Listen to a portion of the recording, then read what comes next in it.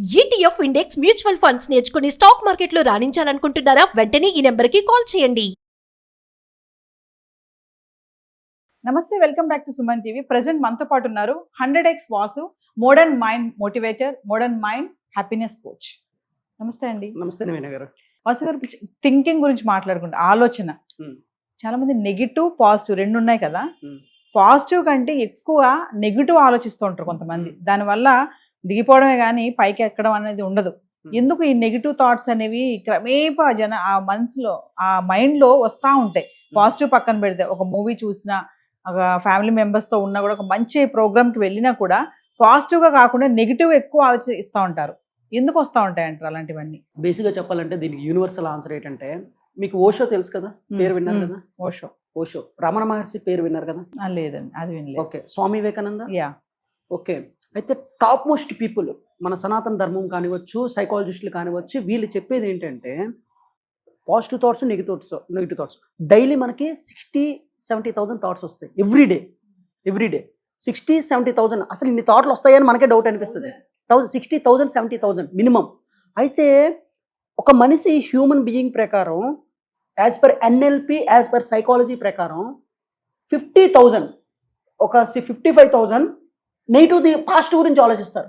పాస్ట్లో మా మమ్మీ ఎలా అన్నారు, లేదా మా టీచర్ ఎలా అన్నారు, నా బాయ్ ఫ్రెండ్ ఎలా అన్నాడు, నా హస్బెండ్ ఎలా అన్నారు, లేదంటే నా అప్పిచ్చేవాడు, దీని గురించి చాలా రకరకాలుగా దాని గురించి ఆలోచిస్తారు.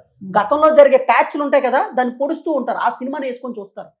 కేవలం 5% మాత్రమే మళ్ళీ అందులో 10% ఫ్యూచర్ గురించి భయంతో ఉంటారు. అమ్మో రేపు ఏం జరుగుతుందో అంటే పాస్ట్ గురించి ఎక్కువ ఆలోచిస్తున్నారు 90%, 10% ఫ్యూచర్ గురించి అంటే భయం.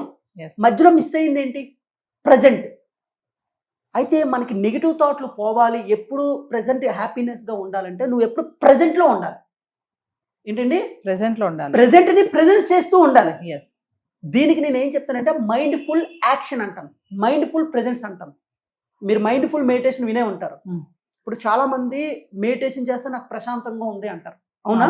రిలాక్స్గా ఉంది అంటారు. నేనేమంటానంటే మెడిటేషన్ చేస్తేనే రిలాక్స్గా ఉన్నా అంటే దానికంటే పెద్ద క్రైమ్ ఇంకోటి లేదు.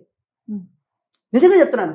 మెడిటేషన్ అనేది ఒక క్రియ, ఒక పని చేయడం. నేనేం చెప్తానంటే నువ్వు ఎప్పుడు కూడా మెడిటేటివ్ స్టేట్లో ఉండమంటాను నేను. Always modern mind set, modern happy minds అంటే అదే మరి. అంటే ఇప్పుడు నీకు మెడిటేషన్ అంటే ఏంటి అంటే, నీకు ఆలోచన రహిత స్థితి, మనసులోని నోటిలోని మౌనం, మనసులోని శూన్యం, అదే ధ్యానం అని అంటారు గ్రేట్ పత్రిజీ గారు. సో నేనేం చెప్తానంటే అదే అందులోనే భాగంగా. అంటే నీ ఆలోచనలు తగ్గితే మనిషికి 60,000 ఆలోచనలు ఎప్పుడైతే తగ్గుతూ ఉంటాయో మనిషి హ్యాపీగా ఉంటాడు. నెగిటివ్ థాట్స్ రాకుండా ఉండడం అంటే అదే. అంటే నీకు 60,000 ఆలోచనలు లేకుండా ఉండడమే నువ్వు హైయెస్ట్ హ్యాపీనెస్ అనమాట. మరి ఎందుకు నెగిటివ్ థాట్స్ వస్తున్నాయి అంటే, నువ్వు కొంతమంది మెడిటేషన్ చేస్తారు. సో 24/7 నువ్వు మెడిటేషన్ చేసి హ్యాపీగా పాజిటివ్ థాట్సే రావాలి అంటే నువ్వు ఏ పని చేస్తున్నావో దానిలో పూర్ణ శ్రద్ధ పెట్టాలి. మీకు అర్థమైంది? నెగిటివ్ థాట్స్ రాకుండా ఉండాలి అంటే థాట్స్ మీరు ఆపలేరండి. ప్రపంచంలో ఉన్న పెద్ద ఒక ఇదేంటంటే, నీ మైండ్ని ఎవరో కంట్రోల్ చేయలేరు, బట్ మైండ్ని మేనేజ్ చేయొచ్చు, థాట్స్ని రీఫ్రేమ్ చేయొచ్చు. అంటే నువ్వు ఎప్పుడైతే ఇప్పుడు టమోటాలు కోస్తున్నారు, మీరు టమోటాలు కోస్తున్నప్పుడు టమోటాలు ఒక ప్రశాంతంగా శ్రద్ధతో చేస్తున్నారు అనుకోండి ఆ పనిని, నీకు వేరే థాట్లు రావు. టీవీ చూస్తున్నారు, శ్రద్ధగా చూస్తున్నారు. ఇలా పాడ్కాస్ట్ చేస్తున్నాం, శ్రద్ధగా చేస్తున్నాం, పూర్ణ శ్రద్ధ. అలాగే మీరు ఏదైనా అంటే నేనేం చెప్తానంటే, ఒక చెత్త ఎత్తే పని, ఆ పనైనా ఇలాంటి పాడ్కాస్ట్ చేయడమైనా దేవుడు పటాన్ని చూడడం, రెండు ఒకలాగే చూడమంటాను నేను. ఎప్పుడైతే అలా చూసారనుకోండి థాట్స్ అయిపోతాయి. ఈ చిన్న పని, చెత్త ఎత్తే పని వల్ల ఈ పని నేను ఎందుకు చేయాలని వెయిట్ చేస్తున్నాను అనుకోండి, పోలిక చూసాం అనుకోండి పనిలో, నీకు థాట్స్ పెరుగుతాయి. నేనేం చెప్తానంటే నెగిటివ్ థాట్స్ అయిపోవాలంటే పనిలో పూర్ణ శ్రద్ధ పెట్టమంటాను. ఆ పనిలోనే ఇంట్రెస్ట్ పెట్టాలి. ఆ పనిలో చాలా మంది ఏం చేస్తారంటే పని మానేసి ఆలోచించడం మొదలు పెడుతుంటారు. ఇక్కడ ఓవర్ థింకింగ్ ఏం చేస్తున్నారు చాలా మంది. ఆలోచనలో ఎందుకు బాయ్ ఫ్రెండ్ కోసమో, లేదంటే అప్లోడ్ కోసమో, వీళ్ళందరి కోసం ఏంటంటే పనిని స్కిప్ చేస్తున్నారు ఇక్కడ. అయితే రోజంతా ఒకే పని చేయాలా అంటే అలా కాదు. హెల్త్ కోసం నువ్వు వాకింగ్కి వెళ్ళి, అది కూడా పనే. లేకపోతే జిమ్ చేయి, యోగా చేయి, అది కూడా పనే. కాసేపు స్పిరిచువల్గా గాడ్ని ప్రేయర్ చేయి, అది కూడా పనే. కాసేపు ఎఫర్మేషన్స్, అది కూడా పనే. నీ జాబ్లో స్కిల్స్ నేర్చుకో, అది కూడా పనే. అలా నిన్ను నువ్వు బిజీ చేసేసుకో. ఎప్పుడైతే నిన్ను నువ్వు బిజీ చేసేసుకుంటావో, స్వయంకృత బిజీ చేసేసుకుంటావో, థాట్స్ ఆగిపోతాయి. పని చేస్తే రిజల్ట్ వస్తుందిగా, ఖచ్చితంగా వస్తుందిగా. ప్రపంచాన్ని మర్చిపోతావుగా. ఆలోచన వేరు, ఆలోచనలు వేరు. మళ్ళీ చెప్తున్నాండి, ఆలోచన వేరు, ఆలోచనలు వేరు. ఆలోచనలు ఎప్పుడు వస్తాయంటే నువ్వు పని మానేసి ఉండేటప్పుడు ఆలోచనలు వస్తూ ఉంటాయి.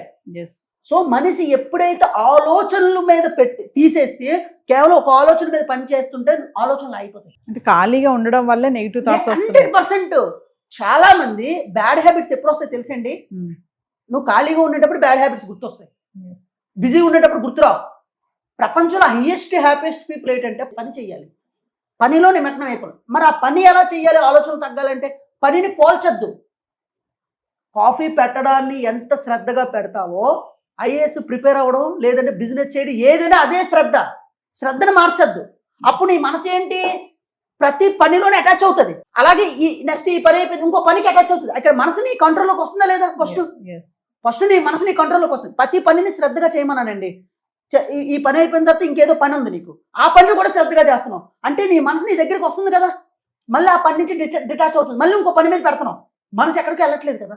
మనసు ఎప్పుడైతే ఎక్కడికెక్కడికో వెళ్ళిపోతుందో, ఇక్కడ మైండ్ అనేది కళ్ళు తాగే మైండ్, తేలు కుట్టే మనసు, దెయ్యం పట్టే మనసు, అంతే కదా. ప్రపంచంలో కోతి లాంటిది కదా మనసు అనేది, కోతి లాంటిది కదా.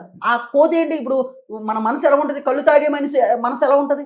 విచ్చలవిడి అవుతుంటుంది. తేలు కుట్టే మనసు ఎలా ఉంటుంది? దెయ్యం పట్టే మనసు ఎలా ఉంటుంది? మనసును తీసుకొచ్చి నీ దగ్గర నీ పెట్టాలి. పని చేసేటప్పుడు మనసు నీ దగ్గర ఉంటుంది. మనం వాకింగ్ సీరియస్గా స్ట్రెస్ వచ్చేటప్పుడు నడుచుకుని వెళ్ళిపోతాం. మీరు బాగా అబ్జర్వ్ చేశారు లేదు? అప్పుడు ఆలోచనలు ఉండవు. నాకు నడిస్తే హ్యాపీగా ఉంది అంటారు. అంటే ఫిజికల్ వర్క్ చేస్తున్నావు కాబట్టి హ్యాపీగా ఉంటుంది. ఇంకొక తెలుసండి, జాగింగ్ చేసేటప్పుడు ఆలోచనలు ఆగిపోతాయి. ఫిజికల్ వర్క్ ఎప్పుడైతే చేస్తావో ఆలోచనలు ఆగిపోతాయి. ఎక్కువగా దాని మీద పూర్ణ శ్రద్ధ పెట్టాలంటే, పనిని పోల్చకంటే ఉంటే ఖచ్చితంగా ఈ యూర్స్ అందరికీ నేను చెప్తున్నానండి, మీకు ఆలోచనలు ఎప్పుడు హ్యాపీగా ఉండాలి, నెగిటివ్ థాట్స్ రాకుండా ఉండాలంటే ఫిజికల్ వర్క్ ఎక్కువ ఇంపార్టెన్స్ ఇవ్వమంటాను. ఎందుకంటే బాడీకి మైండ్ కనెక్షన్ ఉంటుంది కదా. నువ్వు ఎప్పుడైతే బాడీని పనిలో శ్రద్ధ పెట్టావో ఆలోచనలు ఆగిపోతాయి. తద్వారా ఏం జరుగుతుందంటే పూర్ణ శ్రద్ధ కలుగుతుంది కదా. నువ్వు ప్రతి పనిని శ్రద్ధతో చేస్తుంటావు. అప్పుడు నువ్వు ఏది మేనిఫెస్టేషన్ అవుతుంది? 20% మేనిఫెస్టేషన్ అవుతుంది. అదే నువ్వు పని చేయకుండా ఖాళీగా ఉండి ఇన్ని చెత్తలాగా నెగిటివ్ థాట్స్ పెట్టుకొని నువ్వు అట్రాక్షన్ ఏమో ఇంత పెరిగిపోయింది చెత్త బుల్లిగా నువ్వు అట్రాక్షన్ చేస్తావు. అప్పుడు ఏదవుతుంది? ఏది రాదు. అయితే నువ్వు ప్రతి పనిని శ్రద్ధగా చేస్తున్నావు అనుకోండి. టమోటాలు కోసిన ఇంట్లో ఇప్పుడు చాలా మంది నేనెందుకు పని చేయాలి, వాటర్ పట్టాలి అంటుంటారు. బాబు పని చేస్తే నీకు ఆలోచనలు ఆగిపోతే నువ్వు మేనిఫెస్టేషన్ ఎక్కువ అవుతుంది. మీ పిల్లలు స్కూల్ యూనిఫామ్ తయారు చేస్తున్నావు, షూ పాలిష్ చేస్తున్నావు, ఇంట్లో వాళ్ళకి హెల్ప్ చేస్తున్నావు. అది నిన్ను నువ్వు బిజీ చేసుకుంటున్నావు. దీనివల్ల ఆలోచనలు తగ్గిపోతే నువ్వు మైండ్ఫుల్ యాక్షన్లోకి వస్తావు. నేనెందుకు చెయ్యాలని పెట్టావు అనుకోండి, తద్వారా నువ్వు ఖాళీగా ఉంటావు, నెగిటివ్ థాట్స్ వచ్చి పడతాయి. సో ఇది బెస్ట్. ఆలోచన బెస్ట్, ఆలోచనలు బెస్టా? ఆలోచనలు అనేది బ్రేక్ చేసేసి సింగిల్ ఆలోచనలోకి వచ్చేయాలి. నువ్వు చాలా హ్యాపీగా ఉంటావు. 20% మేనిఫెస్టేషన్ అయిపోద్ది. ఇలా కాకుండా వేరేలాగా అనుకోండి, ఇంత పెద్ద ఆలోచనలు ఉంటాయి, అన్ని దాని గురించి ఖాళీగా ఉంటాయి. అప్పుడు నువ్వు ఏది అట్రాక్ట్ చేసినా అవుతుంది. దిట్ ఈస్ ద కీ అనమాట మోడర్న్ హ్యాపీనెస్ లో, మేనిఫెస్టేషన్ లో. థ్యాంక్ యూ వాసు గారు. Thank you.